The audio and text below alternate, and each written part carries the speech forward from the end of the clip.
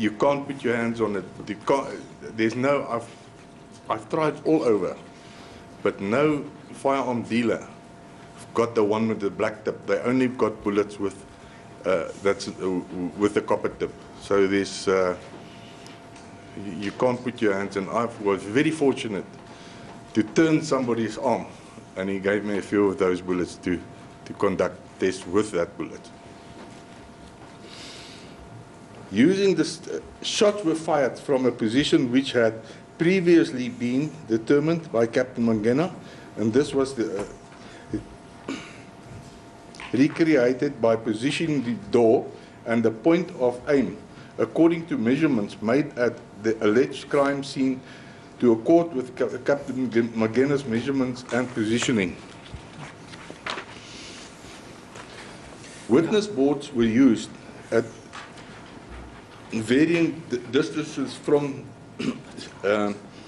6 centimeters to 60 centimeters behind the door to establish the distribution pattern of wood splinters and fragments caused by the bullet perforating the door. Now, Mr. Wolmerans, of course, if you look at a photo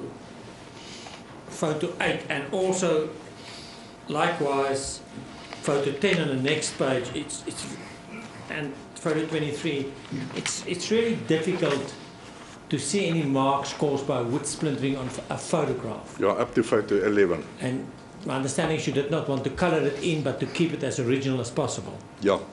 But you brought to court the witness boards. That's correct, my lady. And those are the witness boards that you took the photos from.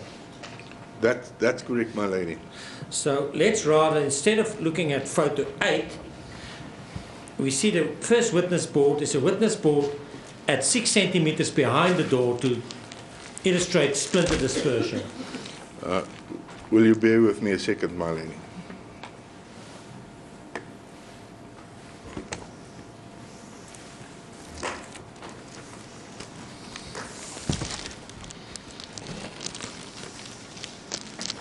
My lady, yes, this is one at 6, fired at 6 centimeters, and that's photo 8.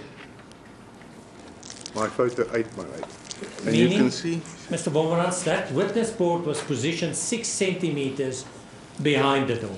that is correct, my lady. My lady, may I ask that this exhibit be, it would be an exhibit number, be accepted as exhibit 6.1, because there are 4 boards. I would ask the court to accept it as 6.1 to 6. Whatever the last one would be. This first one is 6.1. Thank you, my lady. Yes, if you may just hand it up to the court and get it back to just I don't know if my lady wants to see the it. pattern of splintering, of course, by the My splintering. lady, you can see there's the wood splinters, yeah?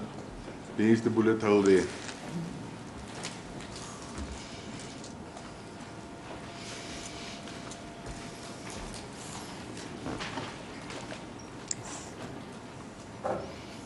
can see that. Thank you.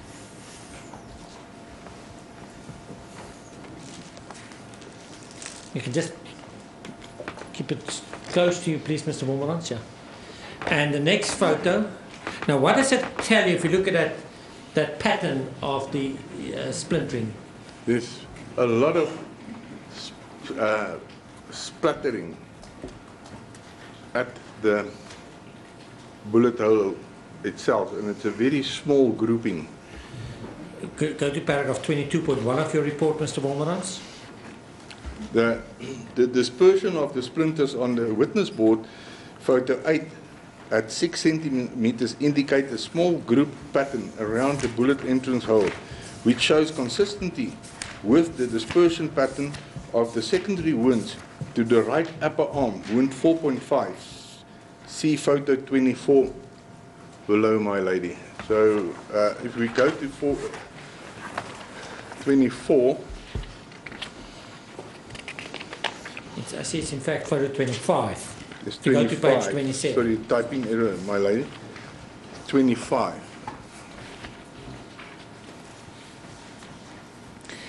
If you look at the superficial wounds or the abrasions around the entrance wound caused by the shot, is that the pattern that you refer to? That small pattern around the entrance wound, my lady. And is that the pattern that you say is one that you... It's very that's consistent. It's consistent to that. 6 centimeters. Yeah.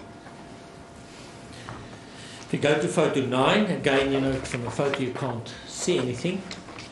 If you have the witness board, that would be 6.2.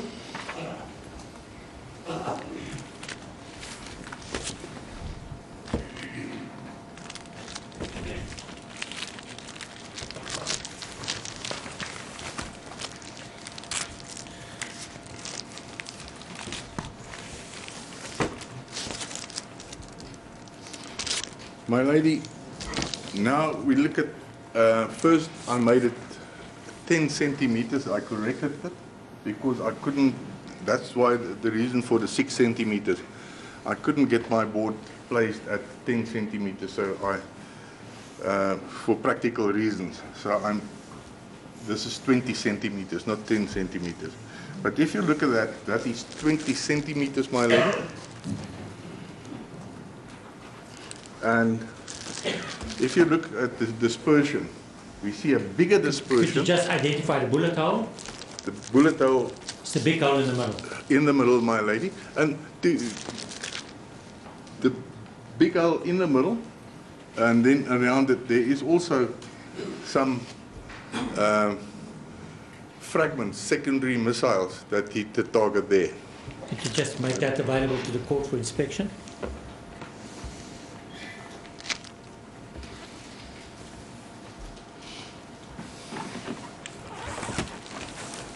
Is a reflection. Look this way. Yeah. You can see it.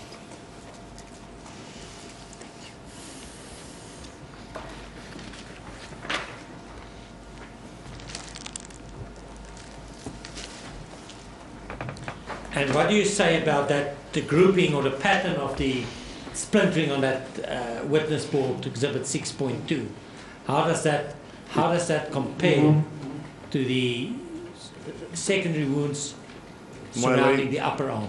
It's wider. It's spread like a shotgun.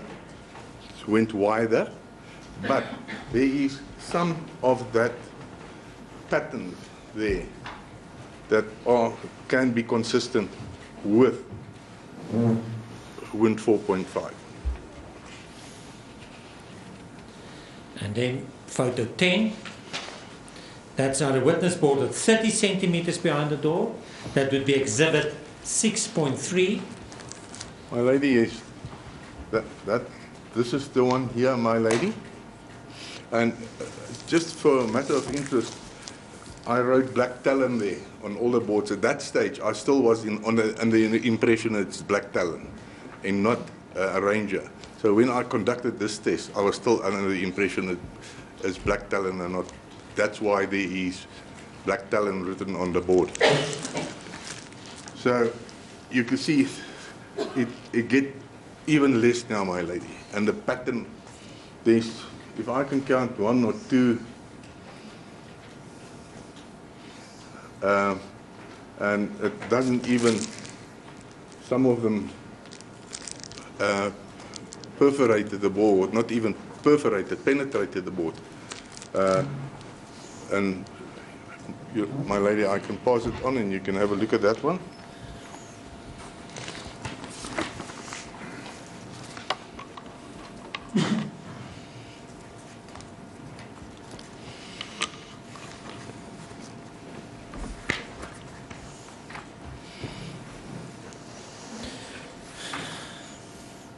And what did you infer from that, Mr. Wolmerans? We're still dealing with the secondary wound surrounding the entrance wound to the right upper arm. What was your inference there? This dispersion of the splinters on the witness board in photo 10 at 30 centimeters indicates a widespread grouping of splinters around the bullet hole, inconsistent with the dispersion pattern of the secondary wounds to the right upper arm. If you go to photo 11, that would be, if you go to the exhibit board, that would be exhibit 6.4. That is now at 60 centimeters behind the door. Is that Oh. correct? That's correct, my lady. And what is it that you see by looking at this witness board? The dispersion of the splinters on the witness board in photo 11 at 60 centimeters indicate a widespread grouping of splinters around the bullet entrance hole, inconsistent with dispersion patterns of the secondary wound to the right upper arm. Could you show the court that? That's exhibit 6.4.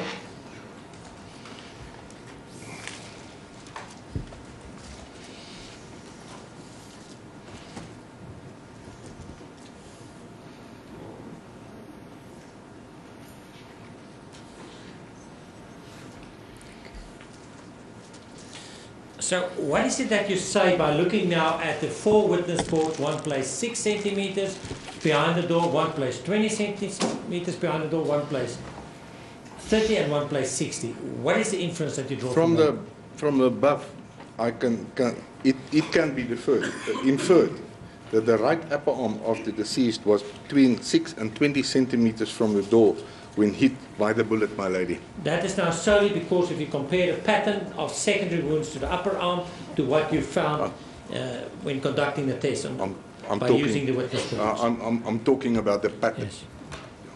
Yes. The next heading is the cricket bat. The cricket bat,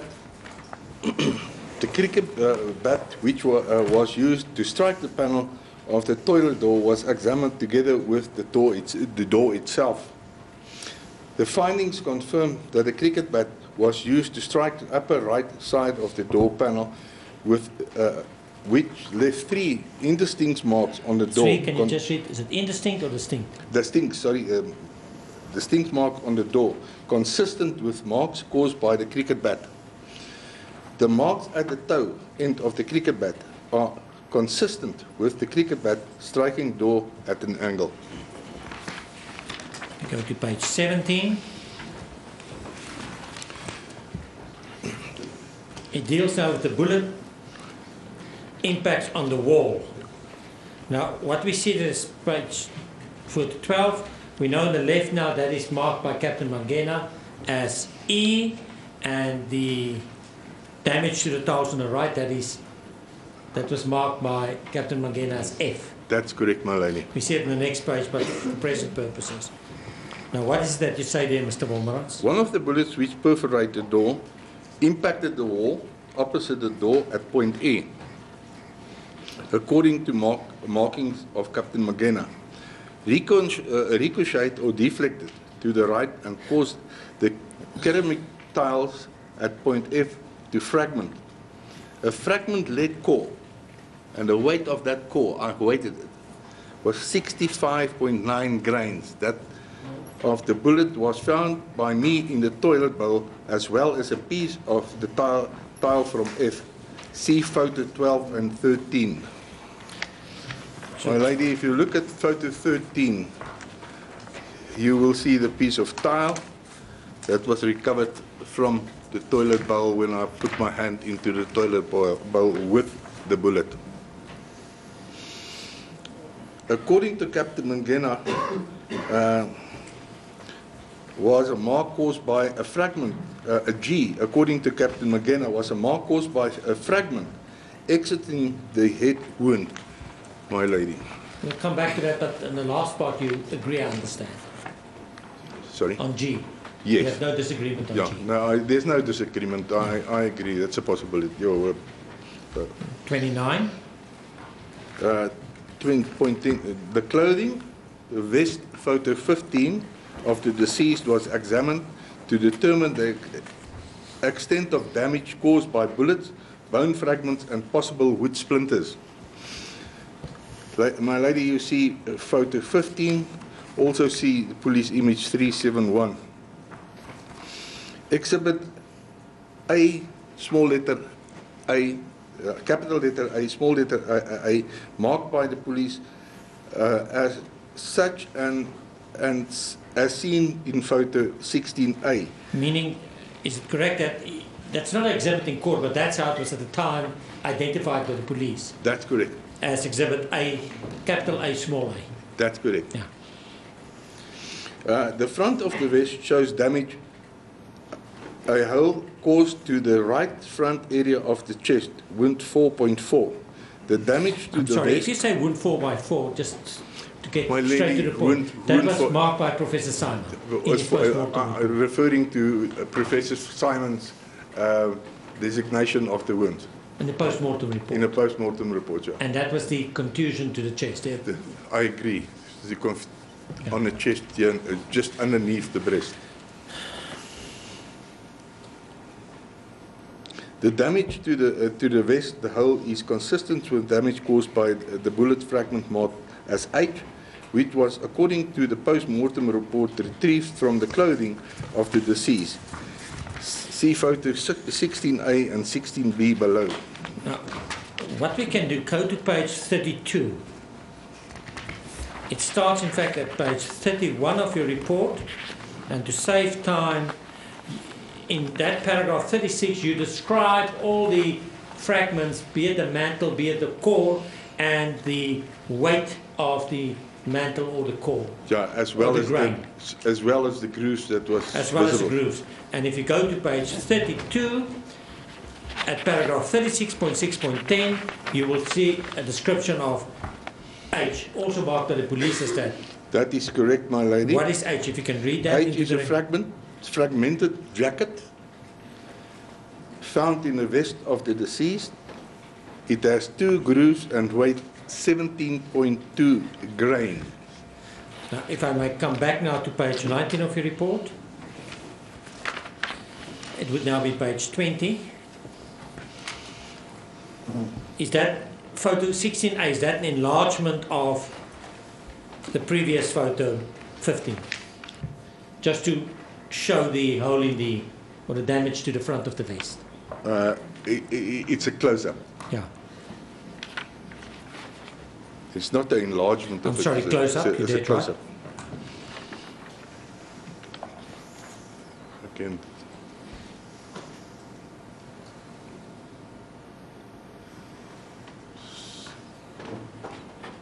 You have dealt with that now in your That's good. evidence. What is the purpose of photo 16B, page 21? My lady, 16B is a photo that was taken at the post-mortem, and that shows you the fragment. Is that in fact H, the fragment That is- marked by the police as H? That is H. And my understanding or evidence is that it's consistent that that fragment would have caused the damage, the hole in the front of the vest, and also the injury. I agree, and I think that was also Professor Simon's evidence. Yeah.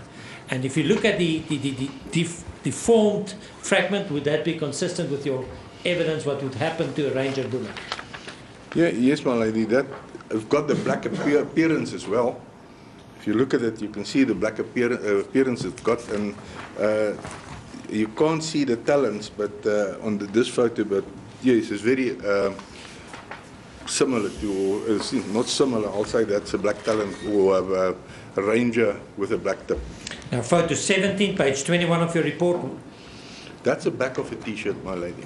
And what do you say about the back of the T-shirt? Did you examine that? This photo was taken by myself, my lady, during my investigation at the forensic lab, I think on the 8th of the 11th, 2013. This photo was taken. And I couldn't find any defects or where the fabric was distorted or anything, indicating that a bullet made contact with the T-shirt at the back. Now, if you take the type of ammunition, the Ranger and the deformation and the mushroom effect, what would you have expected if a bullet impacted the back of the vest? My lady, the same as on very similar to what we see on. Let's go to photo 16A.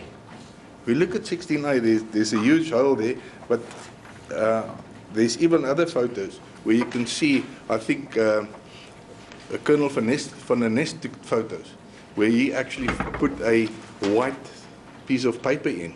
Then you can see the white coming through. There's a small little holes there. and that will be consistent with this type. But that little holes could have been caused by bone fragments as well. I don't say that is bullet or jacket or pieces of lead, but I'll expect that there should have been some distortion of the fabric of the on the back of the vest. Then photo 18.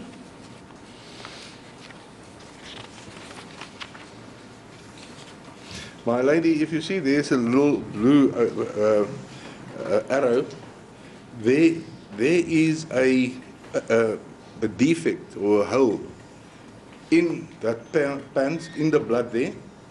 And if we go to photo 19, is again a close-up, and we can see the bullet hole again.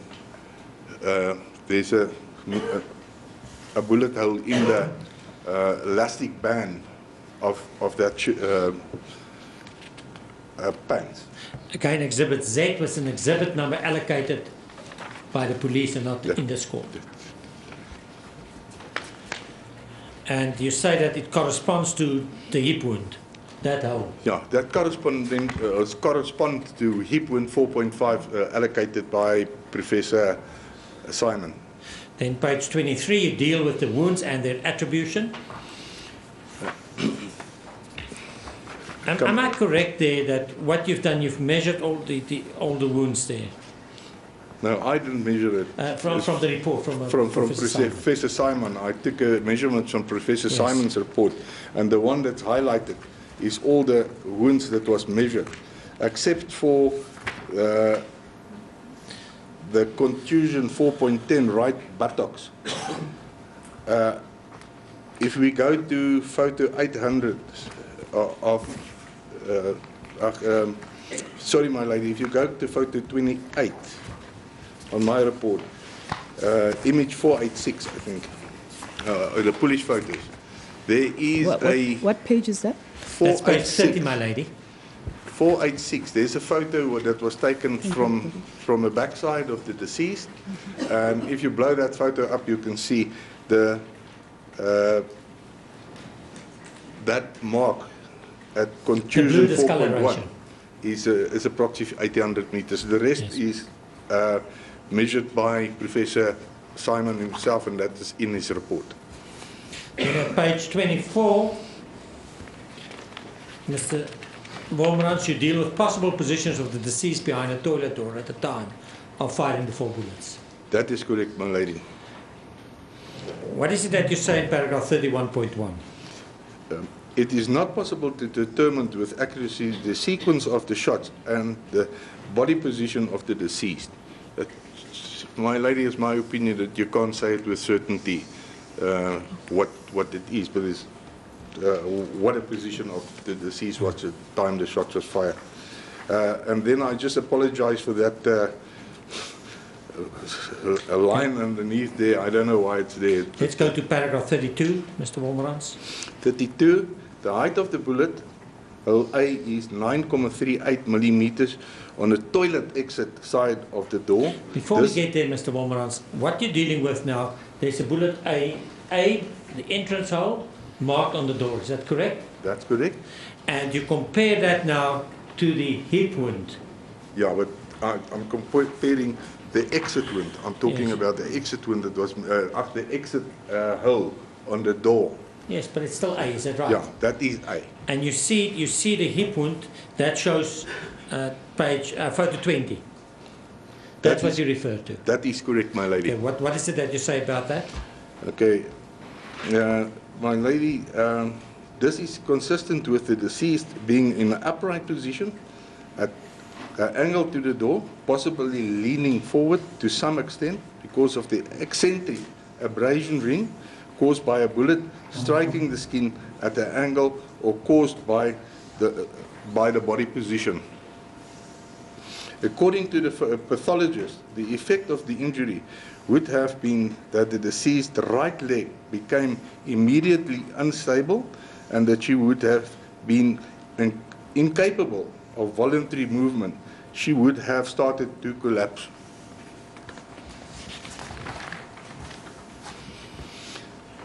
the position of the probe in the wound 4.5 at the post-mortem shows an upwards trajectory, my lady. If we can go back to that photo, and what I see is it's more, if you look at the photo, it appears to be upwards. What page are you there now? What page are you I'm referring to photo 20, image 561, my lady.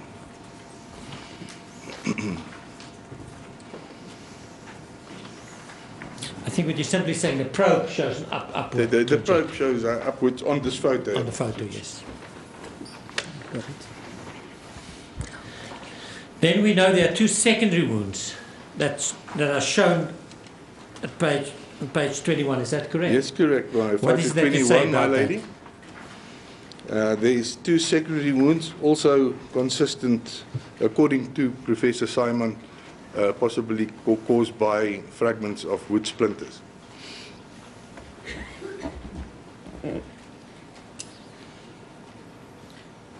And the abrasion or secondary wounds are consistent with being struck by a large wood splinter, dislodged by the passage of the bullet.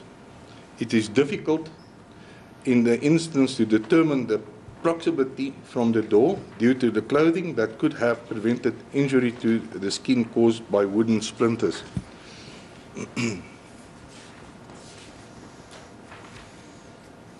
Bullet hole B. It's again referring to the Bullet hole B on the door. Versus wounds 4.3 and 4.3 A and B. Entrance and exit wounds to the right upper arm.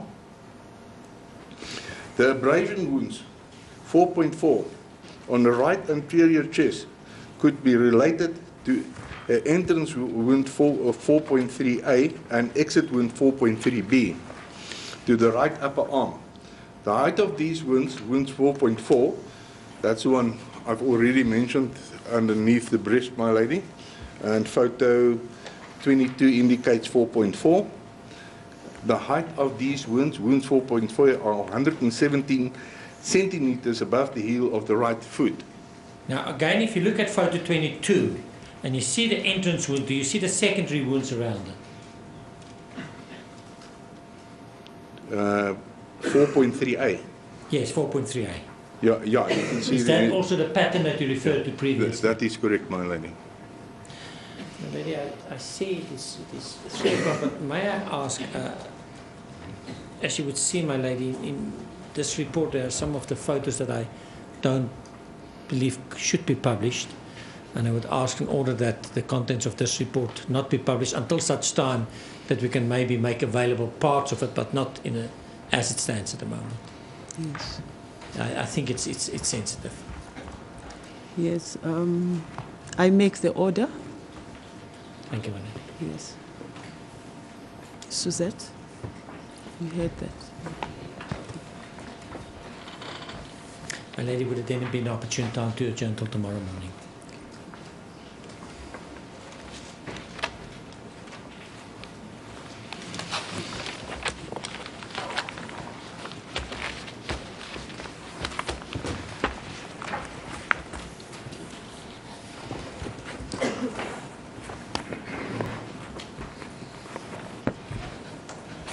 We'll adjourn until tomorrow at 9:30 in the morning.